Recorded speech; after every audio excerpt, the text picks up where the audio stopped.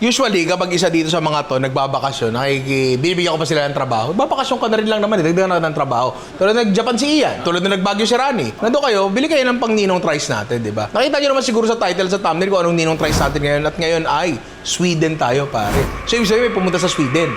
Wala po. Wala po punta sa Sweden. Actually, meron lang isang inaanak na nag-reach out kasi yun yung panahon na naghahanap kami ng sustroming. Kasi ang dami nagre-request kumain daw kami ng mabahong pagkain na yun. Gusto daw nila makita ang dumuduwal-duwal ako. Kaya may nakausap ako, may nag-message sa akin na taga Sweden siya, pero Pinay. Sabi, baka daw kaya. Tinrabaho niya, hindi daw talaga kaya. Bawal daw talagang isakay sa airport. Bawal talaga. Hindi ko alam paano siya nakakarating sa ibang bansa, pero apparently bawal daw talaga. So sabi niya, ba't hindi na lang mga Sweden goodies? Yan, no? Diba? Ang dami niyan, diba? So ngayon, ang problema dito, sa episode na to, walang mag-guide sa atin. Meron siyang binigay na listahan. Kung ano-ano yung mga produkto na yon, pero wala tayong masyadong alam, di ba? Shoutout kay Dea Hakanson. Hindi ko alam kung yun ba yung basa sa apelido niya. Tapos, yung kaibigan niya na nagdala dito ay si Amy Lobdal. Shoutout po sa inyo. Maraming salamat po sa airport. Pinika pa ni Andre sa airport yan. Kaya maraming salamat po sa inyo. So ngayon, magsimula na tayo, pare. Ang kinakakabahan kasi ako dito sa mga produkto na to, baka hindi sanay sa init. Baka kasi alam mo naman sa Pilipinas, lalo ngayon, it's stabbingly hot. Swedish candies. Lordags Godis. Tapos sinilip ko na siya kanina, nagulat ako. Ah! Kasi ito, magugulat din kayo dito. Wala pa, ilang piraso pa lang eh. Oh. Pre, para siyang candy corner. Ayun, hindi ko ata na-inform si Ma'am Dea at si Ma'am Amy na ako po ay isang diabetic. Natitikman ko to. Ito, spaghetti itim. Yan. Ang licorice, maraming may ayaw nito eh. Medyo weird kasi lasa ito. Medyo parang star anise yung flavor nito. Si Alvin di mahilig sa star anise. Mamaya pagbabapatikimin natin. Parang electrical tape. George, wali ka dito. Sinubo mo ng buo? Pero, ano lasa sa'yo? Sige, sabi mo sa akin. Ano lasa? Yung parang sampalok siya na Pero wala asim. walang asim. Kasi tawag champoy, parang champoy ba yun? Medyo may ganun siya. Medyo may lasa sa star anise eh. May ganun siya. So ibang tao ayaw nun. Sa akin okay siya. Kung wala akong diabetes, kakain ako niyan eh, di ba? Ngayon karamihan naman dito, siguro medyo typical lang. Tingnan natin iba. Ano to? Kape ba to? Chocolate ba to? Hindi. May laman siya sa loob, pare. Parang licorice din ata yung laman. Hindi na ganun katamisan. Ngayon, ito, tikman natin itong mga to. Ito muna. Ito para meron ganito sa atin eh.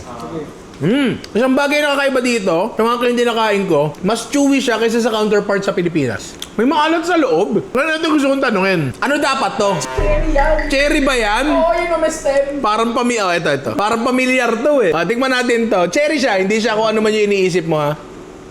Ang asim! Ay ka dito. Hindi ko mahilig ang asim eh. Kasing asim ng Sour Patch Kids. Ayan gusto ko pre. Maasim na candy kasi pag matamis yung candy, ang bilis kainin. Kung maasim medyo mag-pacing ka ng konti. Pre, ito matindi oh. Para siya ano mo, pianono pero candy. May laman siya sa gitna. Ha? Ito maalat, George. Ang alat. Ayo. Alat. Para siya maalat na caramel pero hindi siya salted caramel. May kaso yung nasa loob. May kalase. Mas medyo may lasang alak ng konti. Ito baka yung gilagid na to, yung gilagid ng vampira. Baka iba rin lasa nito, diba? Iba, pareho lang. Ganun din. Sa atin kasi pagka ganyang kulay lang yan, ito baka magkaiba yung yung kulay na magkabila. Parang magkaiba, pero may slight difference lang. Ito, may palaman uli sa gitna. Yung kanina kasi may palaman sa gitna, ang alat. Ang galing nga, pre Tatang typical naman tong mga to. Pero ito iba. May alat. May alat talaga. Ang weird Ang asim yung labas. Gusto ko to. Ito yung gusto kainin ni Ian. Parang yung para soft drinks. Oo. Kinain niya. Isa lang yun eh. Meron pa. Feeling ko naman sa bawat bansa, merong gandang klaseng pagkain. Mga sorted na candy, pero pre, extreme yung flavors nito. Sobrang asim. At higit sa lahat, merong maalat. Malali, last na. Ito. Last na. Ay, tikman ko na pala to. Gumagawa ka na lang ng rason. At yung assorted candy sila, may sinabi ba si Miss Dea halo-halo lang talaga, random lang talaga siya, di ba? Ayun, sige, punta tayo sa next natin. Ito may isang balot pa palang ganon, di ba? Ano pangalan? Goto Mix? Got Mix. Medyo exciting pala yung ganito, yung hindi ko alam. Wala talaga akong kaalam. Yan! Ito yung mga tipong tinda ni Aling Be, yung mabibili mo sa sari-sari store. Ito, pre, gusto ko to. Ano yan? Damn! Sa mga nakagets? Sa mga nakagets, sa atin na lang po yun. Tsokolate na may laman sa gitna. Siguro parang ano nila to, lush. Alam mo yung lush? Yung may tsokolate sa loob. Matigas. Uy! Alam mo, mahilig sila sa ano, matamis na may alat. May alat din siya konti. Ang sarap ng damn! Marabu, pare. Kasi, yung mga ganitong bagay, ito yung mga bagay na kinakain ng bata sa kabilang panig ng mundo. Hindi natin naranasan itong mga bagay ito. So maganda na kahit paano maranasan din natin. Para may laman din sa gitna to. Palagay ko Teka lang, wala. Wala nga. Lasa siyang typical na tsokolate. Ito. Ano to? Plop. Plop. Ay, alam ko yan. Meron ng meron ng laman sa gitna talaga. Naka-drawing na. Sure ka na? Sure ako. Kumalat siya. Plop. Caramel din siguro to. Uy. Caramel siya. Caramel din siya pero hindi siya parang caramel na Snickers. Yung caramel kasi na Snickers medyo caramel ako. Alam mo yun? Ano siya. Susumigaw. Ito hindi masyado. Ito meron sila dito. Geisha candy. Japanese ba to? Tsokolate rin. Tsokolate. Pag ito walang laman sa loob, sasapakin ko si George. Sana wala. Meron. Swerte ka. Tsokolate na may lamang iba pang tsokolate sa loob. Ayun, so ito yung mga siguro typical na candy na siguro kapag siguro ito yung laman ng mga palayok nila kapag may birthday party, di ba? Tayo kasi Frutos, Mentos. Actually, nakikita ko nga to, isang parang loot bag sa birthday. Tapos puro ganito yung laman, parang gano'n. Masarap siya. Hindi naman nalalayo sa lasa ng tsokolate may caramel natin. Ito meron pa dito, isang nakabalot, cakes. Uy. Masakit to. Pwede masakit, pwede masarap. Ayo. Wafer siya. Ayan, nararamdaman ko. Sa bagay, ayun, nakakita naman sa labas. Mukha siyang wafer. Parang mali ako, Ay, may Tsokolate. Okay. So, ano siya? Wafer na binalutan ng tsokolate. Malalaman natin yan. Parang siyang disin wafer na mas matsokolate. Dewberry yan, pre. Pero ang pangalan ay ballerina. Tira mo. Parang dewberry nga mismo. Or chocolate. Oo. Para tong... Tikman na lang muna natin. Kasi parang siyang... Basta. Shut up. Kaya alam ko yung sinasabi mo. Yung choco na nasa ilalim ng choco malos. Itong snack na to medyo pang na to. Pag teenager o adult, hindi siya pambata talaga. Pero masarap siya. Yung maganda dito, dahil palaman pre eto. Parang to, nabili sa pasalubong center. Ewan ko kung may pasalubong center sa kanila. Chocobolar, God Beaten. Punch Ruler. Di ko alam kung ano-ano itong mga to. So siguro, buksan na lang natin. Dito ako pre, sa Mainyog. Mahilig ako sa tsokolate Mainyog yung Bounty. Yeah! Yuck. Teka, nyog nga ba to? Okay. Parang siyang cake pops. Pero parang coffee. Parang mocha flavor. Pero dense. Dense siya. Wala siya masyadong hangin. Pero in a good way. Ayun, tinan mo yung tinapay niya, pre. Walang hangin Parang munchkin, pre. Yun parang banana. Hindi ko alam. Parang banana cake yung lasa niya. Baka nakakalimutan mo may sakit ka, sir, ha? Ang masarap yan. Parang kakaiba to, Oo! Ang ganda. Ganun din, parang banana yung loob niya. Banana cake na balot ng marzipan. Baka nga marzipan to. Ang marzipan na parang gawa siya sa almond paste. Overall, lahat to, masarap naman, di ba? George, paki-ano nga siya. Hindi pa tayo tapos sa matamis, pare. Anas, Ginger Teens, Sweden's most loved, Pepar Kaka. So ito ay Pepar Kaka. Ang Pepper. Pepper cookies. Oo. Pepper cookies. Ang pepper ay ginger. Okay, gingerbread siya. So, pepper kaka is gingerbread. Halika dito. Ikaw. Anong lasa to? Lasang biskop. Ayun! Lasa siyang biskop. Lasang biskop pero manipis. Lasa siyang biskop. Lasa siyang biskop, no? So, plus har. Sabihin, open here. Tapos, pwedeng i-reseal. Chocolate smack. Parang QB. Parang QB. Magandang klase. So typical na wafer, pero masarap. Sabi mo dyan. Ngayon, tapos na tayo sa matatamis. Sa maalat muna tayo. Ay! Pero bago yan, eto muna gusto ko ipakita sa inyo. Ano yan? Merong Nor. Pre, may Nor. May Nor sa Sweden. Ito yung fish cubes nila. Beef cube. Ay, alin yung beef dito? Sungay! Ano to? Baboy! Hindi baboy yan. Baboy ba yan? Pork cubes, beef cubes, syempre, chicken cubes, pare. Ito pinakamatindi, vegetable cubes, pare. Nor, maglabas kayo nito. Ang sarap sa bulang lang nito. Yung fish cubes din. Ay, teka lang. Ito yung beef. Ito yung pork. Putek, ano to? Ano yan? Magkaiba yung lasa ng lalaking baka sa babaeng baka? Baka ano yan? Tama araw. Nakalagay dito eh. Oxembo yun. Ox. So lalaki siya. So yun nga, ano. Pero yun, syempre, worldwide ang Nor, pare. Hindi lang sa Pilipinas yan. Ito mga chips na to, ang bawat bansa may kanya-kanyang ano eh, potato chips eh. Etong isang to ay sour cream and onion. Buti naman may English, pare, na naintindihan natin. Ah, hindi. Ang sour cream and onion talaga, pag bukas may ano, may amoy panis. Typical na chips. Ay, putek. Oh. Cheese curls ng Sweden yan, pare. Ay! Oo. Di ako nagkamali, pare. Ayaw nga. Kaso yung cheese curls nila, medyo mas unat ng konti sa atin. Pa natin? Cheese curls na cheese curls. Yung binuhay natin dito, binuhay din ng mga bata doon. Feeling ko, hindi mo makukuha dito yung cheese curls finger. Yung madilaw. Kasi medyo ano siya eh, medyo maputla yung kulay niya. Ito naman ay potato chips. Na wala, normal lang. Ito yung Plain. paborito kong potato chips, yung plain talaga. Sauteed. Sarap siya. May natira pa pala.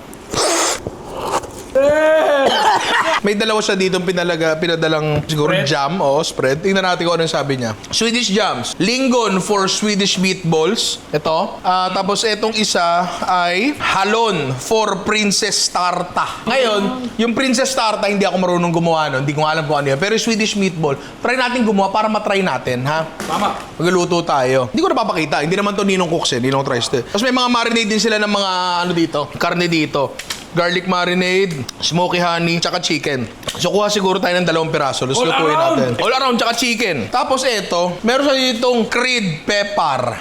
Wala akong naiintindihan kasi talaga eh. Ang lakas ng amoy nito, pre. Pangin ka? Amoy ka. Uy! Ito kung bakit. O, bakit? Kasi ang gamit ko ay perfume treats, pare. Ayan, ito yung mga produkto ng perfume treats. Tapos yung merch namin, available din yan sa shop ng perfume treats. Yan, lagay may mga merch natin yan. Ang link ay nasa description. I-click nyo na I love you mga inaanak. Meron pa sila dito. Ito ay yung marzipan. Ayan, o. Ano nga siya? Almond paste nga siya. Almond powder, tsaka asukal. Tapos pinangkukul. Para siyang fondant. Tapos ito, ganun din ata. Pang-bake siya, hindi siya ingredient eh. So gamitin lang natin sa ibang episode to. Pero eto, yung sa chicken marinade, tsaka yung sa yung Swedish meatballs, gawin natin pare.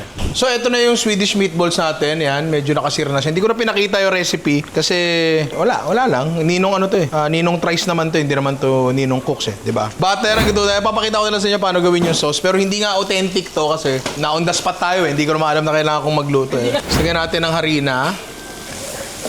Tapos dapat talaga to, beef stock daw, pero syempre, gamitin natin to. Kotol Buljong. Beef cubes ata to. Yan natin dyan.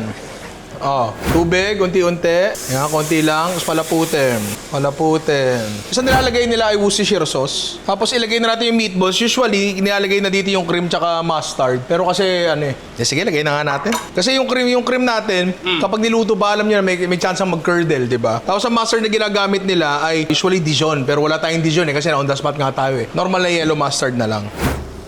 Yan. Salt. Di ko alam kung may pati sa Sweden eh. Yan. Tapos lagay na natin yung mga meatballs natin.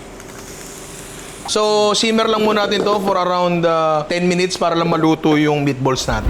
Yung dalawang marinade pala, yan, ginamit ko na rin. Ayan, naka-marinade na sila dito. Mas maganda sana to. Ayun, nakalagay dito 1 hour before grilling. Hindi ko alam kung 1 hour yan o 100 eh. Hindi ko alam eh. 1H nakalagay. Pero hindi, 1 hour yan. Pero hindi tayo abutin na isang oras yan. Lutuin na natin yan. Pero eto ay halos luto na. Pare. Tapos saka natin ilagay yung ating cream. Dapat talaga sour cream ang nilalagay dito. Kaso wala eh. Wala tayo eh. Luto na to, pare! Usually talaga patatas to. Pilipinas tayo eh. Diba? Kanin dapat yan. Sarap pa! Harap yan, sir. Tapos konting kinchay lang for garnish. Yan. Tapos meron sila nilalagay. Yan, kapag kainan talaga, dumarating ka. Kahit nung nag-IKEA tayo before, pre, may jam ang Swedish meatball. Tapos sa ating mga Pilipino, medyo weird yung bagay na yun, di ba? Ngayon, tikman muna natin to as it is. Kanin ulam, typical na Pilipino, the perfect bite. Ang init ng kanin, bumababa. Ayan o. Ooh. Masarap, pre. Ba't nga naman hindi sasarap to? Meatballs lang naman to na may cream sauce, di ba? Na may konti asim dahil sa mustard. Ngayon, lagyan natin ito. Ako, pre, knowing my taste buds, magugustuhan ko to. Natikman ko na rin naman yung sa IKEA. Yan natin yan. Uy.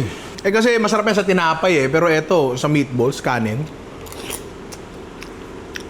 Panalo sa akin to, pre. I mean, hindi to surprise para sa akin, pero gusto ko lang ipakita sa inyo. Isa pa ako. The perfect bite, pare. Sir, sorry sir. Para sa mga nag-weirduhan dito, ang hambing ko dyan, pare, ay ketchup. Kung tutuusin mo nga naman din talaga, ang Bakit? ketchup, Yung sweet and sour. Sweet and sour, oo. Kasi pre, ang ketchup, si Alvin nga naglalagay ng ketchup sa sinigang eh. Alam mo yun, di ba? Bago ka ba? Ay, hindi ba ikaw yun? Pero kasi, yun nga, ang ketchup nilalagay sa lahat, kung iisipin mo, ang ketchup ay parang jam. Oo, fruit jam yun. Kamatis yun, di ba? Bin, halika dito. Hindi ko alam, si Alvin kasi yung medyo sarado ang isip sa pagkain dito. Yan. Oh, sabay kayo, sabay kayo. Sabay. 1, 2, 3, go. Parang kulang na siya, kulang pa sa akin. Kulang pa sa asim, eto. Masyado masarap ang naging pagkakaluto nung ano eh. Pero hindi, ikaw, kung kakain ka nito, lalagyan mo nito, hindi. Grabe, masarap yung luto mo. Hindi mo lalagyan ito. Ikaw, Bin, okay lang sa'yo. O mas prefer mong wala? Sakto lang, wala. Mahina yung asim. Nag-expect ko ng mas maasim. Mas maasim pa sana, Ito kasi oo. masarap na eh. I mean, kanya-kanya talaga. Mahirap sa Pilipinong tanggapin tong gantong kombinasyon, pero dapat natin respetuhin kasi kombinasyon ng pagkain nila to. Tama. And parang sa akin, masarap siya. Sobrang okay niya sa akin. Ganyan, ganyan karami, pre, oh. Parang typical na bola-bola lang naman, pre. Kuha kayo bola-bola, tapos gayahin nyo lang yung sauce ko. Tapos humanap kayo ng kahit anong fruit jam na available dyan. Marmalade, pwede rin siguro. Pero ito yung traditional na ginagawa sa kanila. So, ito, masarap ito. Ngayon, try natin yung manok, pare. Tikpan na natin to, pre. Ito, normal na chicken marinade. Tapos etong isa, ito yung all around. Para si Dudot lang yan. So wala tayo ibang ginawa dito, kundi nilagay lang natin yung sarsang yan. I mean, sa totoo lang, may nag-exist naman ng mga gantong produkto dito sa atin. Tikman natin yan. Luto. Yes, luto po siya. The perfect bite, pare.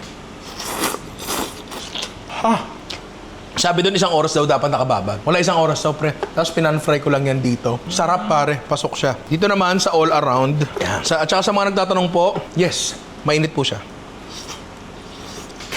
Masarap siya, may konting acid daw, di ba? Pero, ang kailangan tumigim dito ay ang ating resident chicken expert. Running. Ay, iyan. Baka magtampo eh. Okay, di ba? Ganda rin pagkakaluto ng manok. Siyempre, ito yung all around. Pamihan to, pagka-barbecue eh.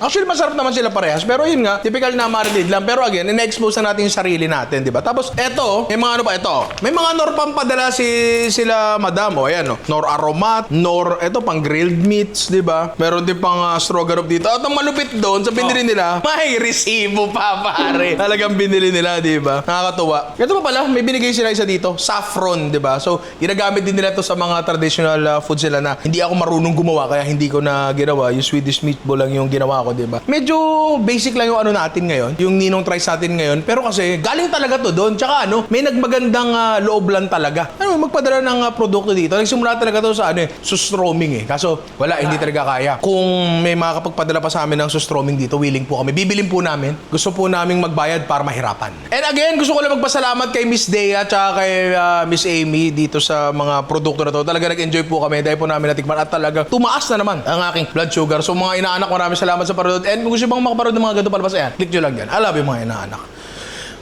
Insulin! Insulin!